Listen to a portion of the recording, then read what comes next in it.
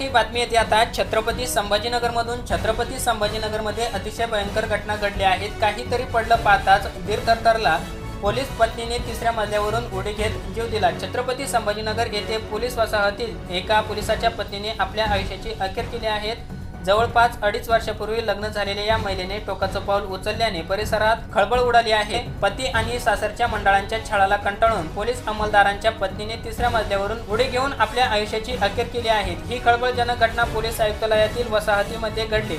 या घटनेनंतर महिलेच्या नातेवाईकांनी पोलीस ठाण्यात धाव घेत पतीविरुद्ध गुन्हा दाखल करण्याची मागणी केली आहे। या घटनेमुळे पोलीस दलात एकच खळबळ उडाली आहे। सबा समीर शेख वय 21 राहणार आय ब्लॉक पोलीस आयुक्तालय इमारत असं आयुष्य संपवलेल्या महिलेचं नाव आहे। या प्रकरणी नातेवाईकांनी दिलेल्या माहितीनुसार मय सबा यांचा 2.5 वर्षापूर्वी अंमलदार समीर शेख यांच्याशी विवाह झाला होता। समीर हा शहर पोलीस दलात कार्यरत असून सध्या जिन्सी पोलीस ठाण्यात विशेष शाखेत कार्यरत आहेत। नातेवाईकांच्या आरोपानुसार लग्नानंतर समीरने सबा यांना चांगली वागणूक दिली, पण काही दिवसानंतर त्यांनी सबा यांचा छळ करायला सुरुवात केली। या त्रासाला कंटाळून पीडिता माहेरी गेली होती, मात्र दोन्ही कुटुंबांमध्ये मध्यस्थी झाल्यानंतर सबाला पुन्हा सासरी नांदायला पाठवण्यात आले। त्यानंतर समीर हा तिच्यावर वेगवेगळी बंधन घालत होता। या त्रासाला सबा कंटाळली होती। दरम्यान गुरुवारी 2 ऑक्टोबर रोजी सकाळी 11 वाजेच्या सुमारास सबाने इमारतीच्या तिसऱ्या मजल्यावरून उडी घेत आपल्या आयुष्याची दोर नेहमीसाठी कापली। तिसऱ्या मजल्यावरून उडी घेतल्याने सबा गंभीर जखमी झाल्या होत्या।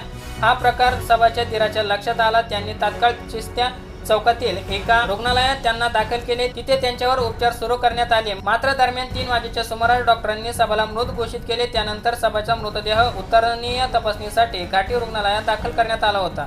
घडलेल्या या घटनेनंतर सबाचे नातेवाईक छत्रपती संभाजीनगरमध्ये दाखल झाले। सबाचा मृत्यू झाल्याची माहिती कळताच नातेवाईकांनी संताप व्यक्त केला। या प्रकरणी नातेवाईकांनी तात्काळ बेगमपुरा पोलीस ठाणे गाठत पती आणि सासरच्या मंडळीविरुद्ध गुन्हा दाखल करा अशी मागणी केली आहे। या प्रकरणाची पुढील कार्यवाही पोलीस करत आहेत।